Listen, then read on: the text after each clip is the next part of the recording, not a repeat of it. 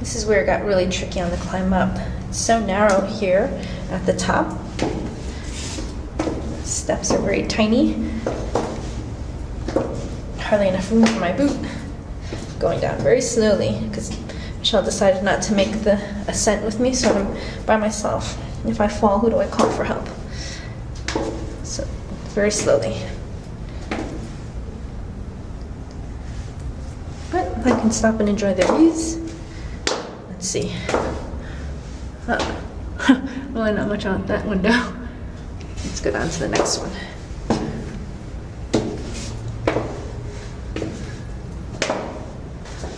All right, I'll try another one. If I look down this window, look out this window, and squint really low, you can see the top. Can you see the top through there? Yeah, very cool. Nice picture. I'll take a photo now. Now that I think about it, they wouldn't have people climbing up to the top of the bell tower if it was a bell tower that was in operation, because then your ears would be jarred and yeah, that wouldn't make sense. So this is, I'm sure, the bell that used to hang up there and used to ring when this was a functioning bell tower. And I'm not sure what you call the area. I'd have to go reread Hunchback of Notre Dame. But this must be the area, the loft area where the bell rings. We'll go around the corner. There's be another bell ringing in the distance. Not this bell, because it's sitting right there.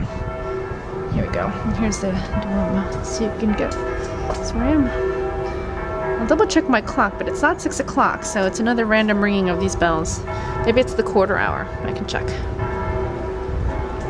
Here's the bell that used to, the bell that tolled. I used to hang right up there. 6 o'clock.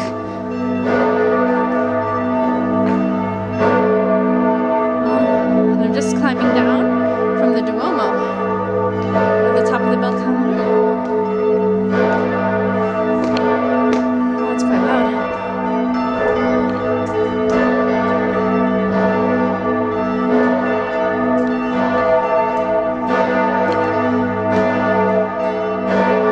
Nope, not coming from any of the bells up there.